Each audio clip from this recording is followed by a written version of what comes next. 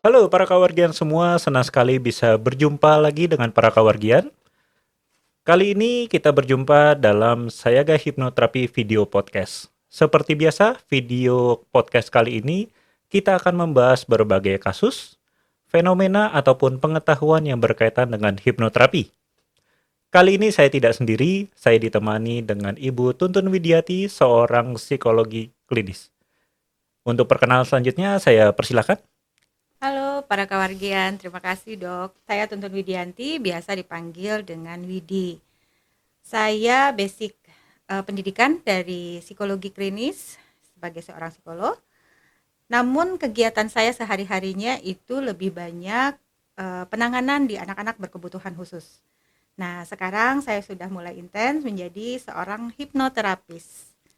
Oke, Gitu. menarik sekali. Nah, mungkin para kawargian sudah sedikit dapat bayangan ya apa yang akan kita bicarakan untuk kali ini. Saya mendapatkan pengalaman tentang bagaimana pada keseharian saya berpraktek sebagai seorang dokter ataupun sebagai seorang hipnoterapi, saya banyak mendapatkan kasus di mana orang tua itu kadang suka mengeluhkan bahwa kenapa ya kok anak saya kelihatannya belum bisa dewasa. Ini menurut Bu Widi gimana ya? Karena kan kalau kita ya dari segi kedokteran atau fisik kan sudah jelas ya Mhm. tanda-tanda usia dewasa itu ya kalau dari fisik kan jelas suara makin ngebas kalau Iya. laki-laki ya kan atau tumbuh tanda-tanda fisik sekunder yang misalnya ada jakunnya atau Mhm. perubahan tubuh lainnya ya. Mhm. Nah, Mhm. cuma memang kan agak sulit nih untuk melihat kedewasaan seseorang dari mental emosional atau dari segi psikologis. Nah, kalau dari segi psikologi sendiri, bagaimana kita membedakan orang ini dewasa atau masih anak-anak? Iya, baik dok. Untuk melihat seseorang itu dewasa atau tidak, mungkin dilihat pertama secara perilaku. Apakah perilakunya memang sudah, benar seperti ya maksudnya layaknya orang dewasa atau sesuai dengan usianya.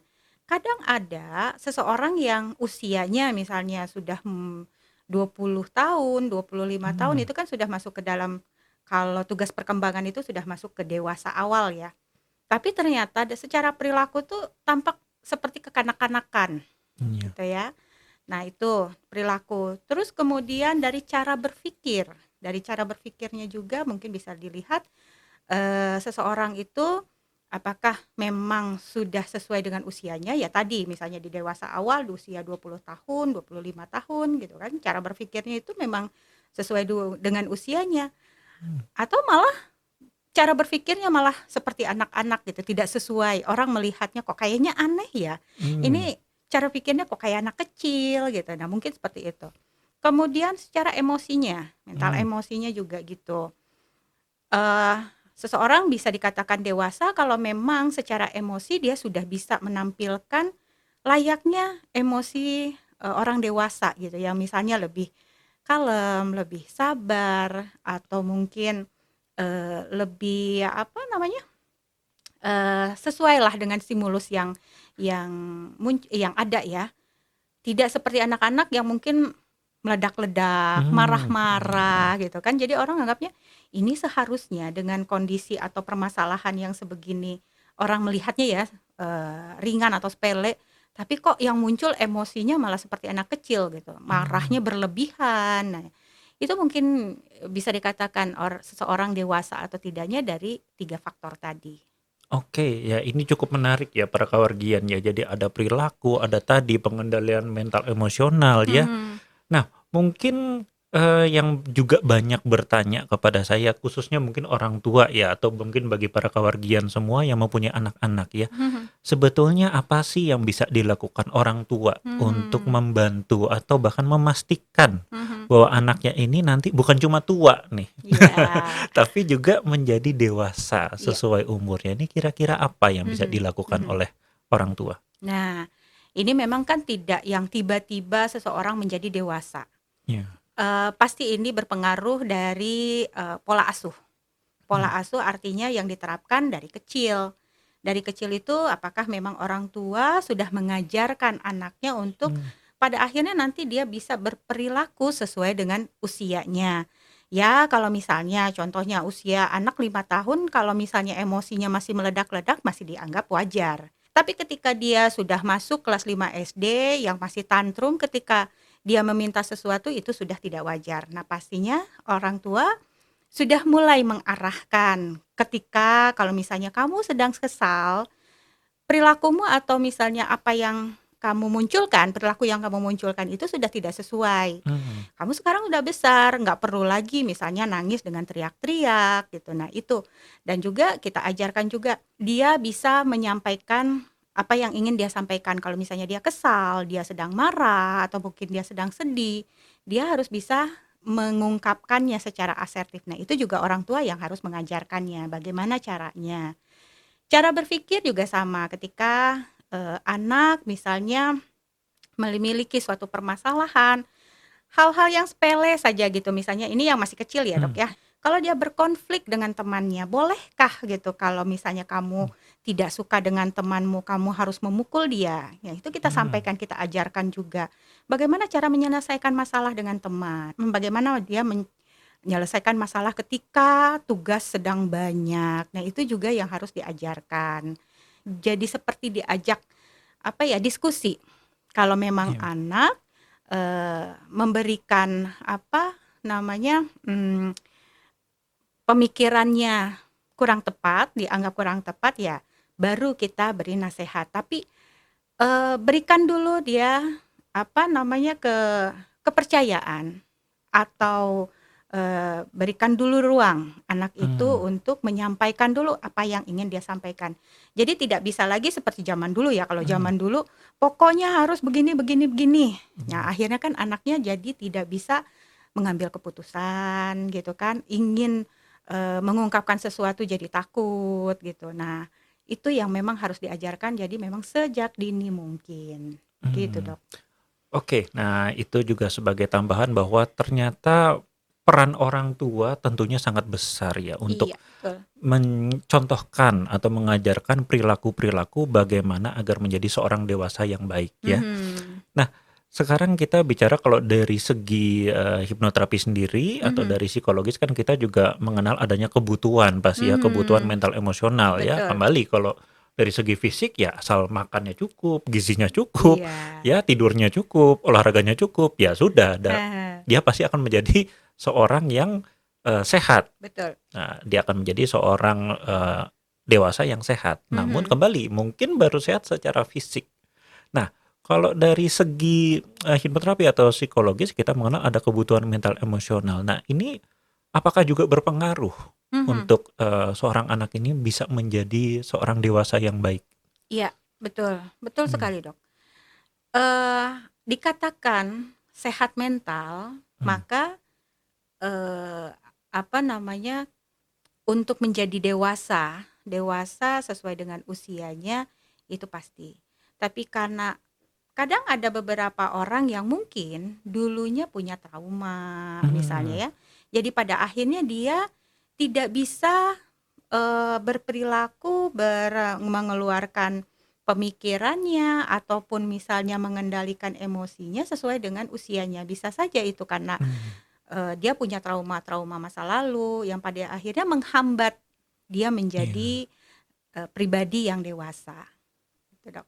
Nah, ini mulai menarik ya, bahwa ternyata ya walaupun mungkin kita sudah banyak mengetahui tadi ya, Mhm, bahwa, oh ini sebuah cara yang benar gitu kan, bagaimana mhm, kita mengajarkan perilaku yang baik dan segala iya, macamnya. Tapi ternyata mungkin ada segi trauma sendiri mhm, dari diri si anak yang menghambat dia iya, untuk melakukan perilaku tersebut.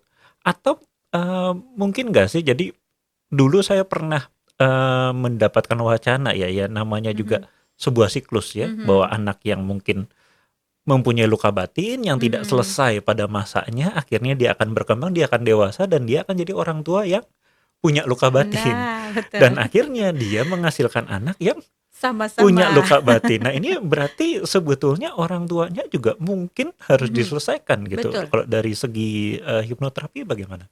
Betul sekali, Dok. Karena begini, di mana ada anak yang bermasalah, di situ pasti ada orang tua yang belum selesai masalahnya, Mmm. masalah di masa lalunya, gitu. Nah, Memang kalau kita ingin memutus mata rantai ini adalah kita misalnya sebagai orang tua, contohnya kalau misalnya saya dulu oleh orang tua saya misalnya, apa namanya, pola asuhnya keras. Mmm, Karena memang sebenarnya setiap orang tua pasti gitu kan punya tujuan yang baik, tapi kadang-kadang yang diterima oleh anak jadi berbeda. mmm, Yang dirasanya mungkin orang tua itu sayang, tapi yang dirasa anak adalah benci, bisa saja menjadi seperti mmm, itu. Karena nggak ada yang namanya sekolah untuk orang tua, iya, gitu ya, Dok, ya. Nah, jadi misalnya kalau saya diperlakukan, keras sama orang tua saya, bisa jadi ketika saya punya anak, kemudian saya juga menerapkan perilaku, pola asuh mmm, yang keras juga. Karena saya punya pemikiran begini, orang tua saya keras karena, buktinya saya sukses misalnya. Jadi mmm, saya juga ingin anak saya sukses. Padahal kesuksesan saya mungkin ada luka batin.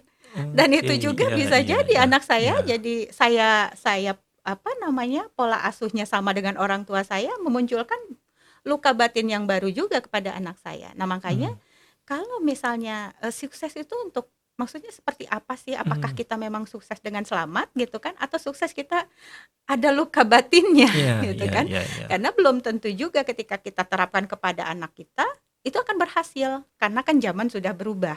Ya mmm, otomatis mau tidak mau kita sebagai orang tua ya harus harus dilakukan terapi juga, kita putus mmm. mata rantai itu. Jangan sampai kita akhirnya, melahirkan generasi yang punya luka batin juga. Ah, betul sekali. Nah, ini memang, kata-kata yang juga mungkin sedang banyak saya temui ya, ketika Mhm, kita bisa dan menikmati. Nah, itu kan mhm, mungkin akan berbeda ya. Kita iya, bisa sukses, mhm, tapi mungkin belum tentu menikmati kesuksesan tersebut ya, iya karena, iya, aduh kok jadi nggak punya temen, nggak punya kasih betul sayang, betul, rasanya kosong dan segala mhm, macamnya. Jadi, bisa mungkin bisa iya gitu ya, iya, tapi belum tentu menikmati. betul, Nah, untuk menjadi dewasa yang baik, mhm, tentunya kita harus bisa dan memang kita menikmati juga ya. iya, Nah, betul, jadi ini ada perbedaan nggak ketika kita menemukan masalah, ya katakanlah untuk seseorang menjadi dewasa ini ketika dia masih anak-anak banget, dalam mhm, artian dia masih tergantung sekali dengan mhm, lingkungan orang tuanya, dengan dia pada posisi atau umur yang seharusnya sudah dewasa nih, sudah katakanlah mhm, 17 tahun ke atas ya, mhm dalam mhm. artian dia sudah tidak terlalu tergantung pada orang tuanya. Ini ada bedanya nggak, gambaran terapinya mungkin? Tentu saja, kalau untuk Mmm, anak-anak karena kalau untuk anak-anak itu kan masih bagaimana orang tua ya, mhm, jadi otomatis, seringkali yang dilakukan terapi adalah orang tuanya. mmm, Jadi nanti orang tuanya diharapkan akan berubah. Nah, nanti, begitu pulang ke rumah, pola mmm, asuhnya juga akan berubah, perlakuan kepada anaknya juga sudah, akan berubah. Tapi kalau sudah dewasa, kita tidak lagi, menterapi orang tuanya juga, mmm, tapi, diri pribadi individunya iya, sendiri.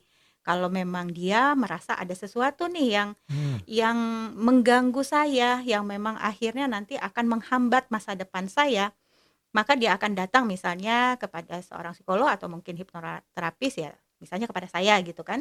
Saya akan, lakukan treatment terapi pada, orang tersebut, itu oke. bedanya. Iya, jadi ketika dia masih tergantung pada orang tua Mhm, tadi ya, maka kita harus mengharapkan keterlibatan dari orang iya tua ya, betul. nggak bisa ya gitu tiba-tiba anaknya masih katakan 5 tahun ya, Iya, 6 tahun duduk diam di terapi, orang tuanya tetap aja gitu ya, heeh, pulang ke rumah dimarahin lagi. iya, dikotorin lagi. Nah itu, sedangkan tadi kalau dia sudah pada fase yang katakanlah, dewasa gitu ya, Mhm ya mhm minimal umur yang sudah seharusnya dewasa, maka mhm kita harapkan dia sudah, ada keaktifan di dalamnya mhm, ya, jadi dia yang aktif untuk praktek ya. iya Untuk, bisa diterapi ya. iya, Oke, jadi itu sangat menarik sekali. Nah sebagai, penutupnya nih,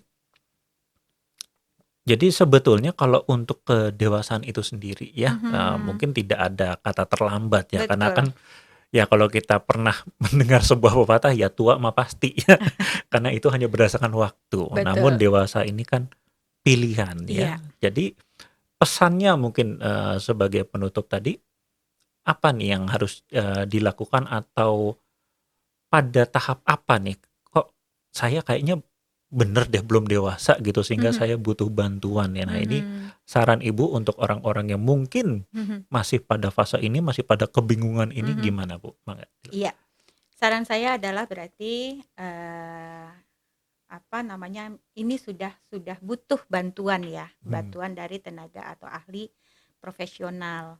Jadi tidak bisa, kita udah pusing sendiri gitu, aduh, ya, saya kok dianggapnya masih masih dalam mengambil putusan atau misalnya dalam bicara dengan orang lain, orang masih menghindar saya, menganggap hmm, saya kekanak-kanakan atau apa, dan saya juga ngerasa sih sebenarnya misalnya hmm, gitu ya, ada yang tidak enak, ya jangan ragu datang untuk minta bantuan ke tenaga profesional, terutama misalnya psikolog atau hipnoterapis ya.